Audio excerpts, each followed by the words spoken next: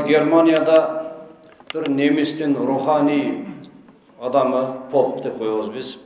Ошол өзүнүн үйүнүн айланасындагы түрк ишкерлери иштеген фабрикада bir канча түрктөрдүн иштеп жүргөнүн көрүп Рамазандын кезинде. Ошолорду чакырып bir оозачар берип сыйлап коеюн деп чакырган экен. Анан чакырыкты кээ бири кабыл алып келишти, кээ бири койчу эми ушул поп чакырса ушунун оозачарын жейминби деп барбай койгондор болгон. Анан bir топ түрк ишкерлери келип оозачарга келгенде поп аларды колунда Куран менен тосуп алган.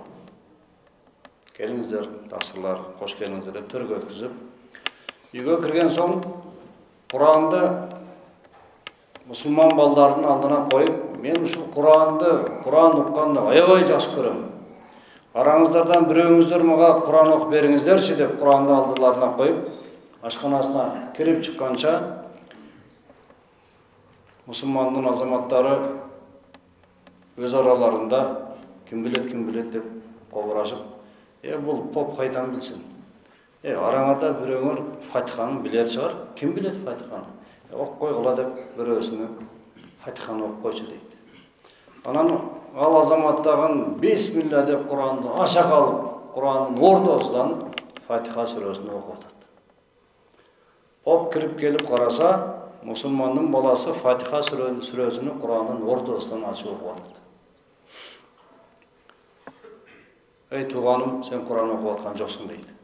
Мен силерди чакырганымдын бир себеби ушул эле дейт.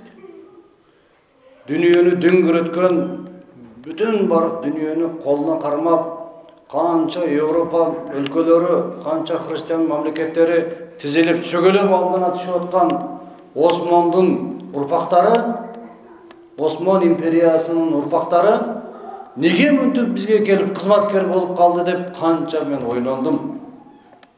Канча убакыт мен неге бул Осман империясынын балдары, урпагы неге мындай төмөн болуп кетти деп ойлондум. Ушуну билейин деп силерди чакырдым эле. Мен суроомдун жообун таптым. Силер Курандан алыстап кеттиңер. Силер Курандан алыстаган экенсиңер, Алла Таалам силерди бизге кызматчы кылып койгон экен дептир. Мына бул өмүрдөгү bir talimi var okuya. Ramazan ya Ramazan, Ramazan ya